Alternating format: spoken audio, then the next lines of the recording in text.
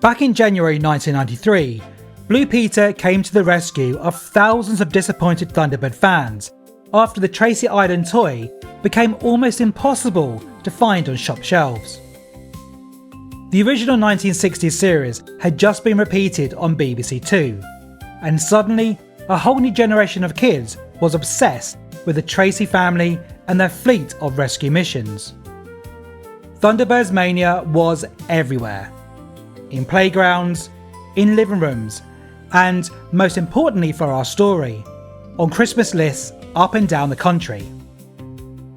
By Christmas 1992, every kid seemed to want the Tracy Island playset, but retailers just couldn't keep up with the demand. Shelves were empty, parents were panicking, and somewhere at Blue Peter HQ, someone had a brilliant idea. If you couldn't buy one, why not build one? On the 7th of January 1993, presenter Anthea Turner sat down in front of the cameras and showed viewers how to make their own version of the Tracy Island, using nothing more than things you'll find around the house. It was properly ambitious too. Cardboard formed the base of the island. Old newspapers were crunched up and shaped into rocket cliffs. Empty yoghurt pots became the rocket launch tubes. Sponges, pipe cleaners, silver foil, and even sawdust all went into building the palm trees and the surrounding landscape. Anyone who tried it at home will remember just how messy and how much fun the whole process was. What happened next has gone down in Blue Peter folklore. Children up and down the country were desperate to get their hands on the instructions, and the letters came flooding in almost overnight.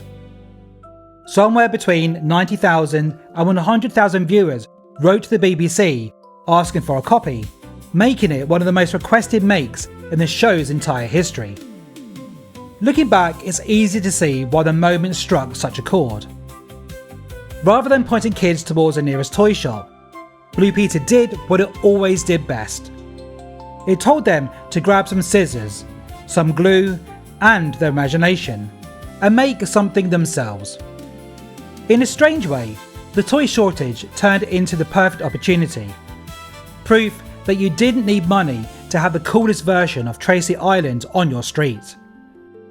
For an entire generation of Thunderbirds fans, Tracy Island stopped being just another toy you asked for at Christmas.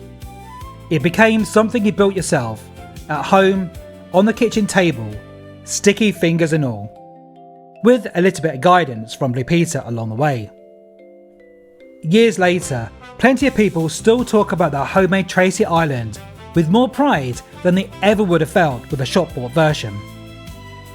And once the glue had dried and the cardboard cliffs were finally standing up straight, all that was left to do was sit back, admire the handiwork, and imagine the Tracy brothers launching off on their next rescue mission.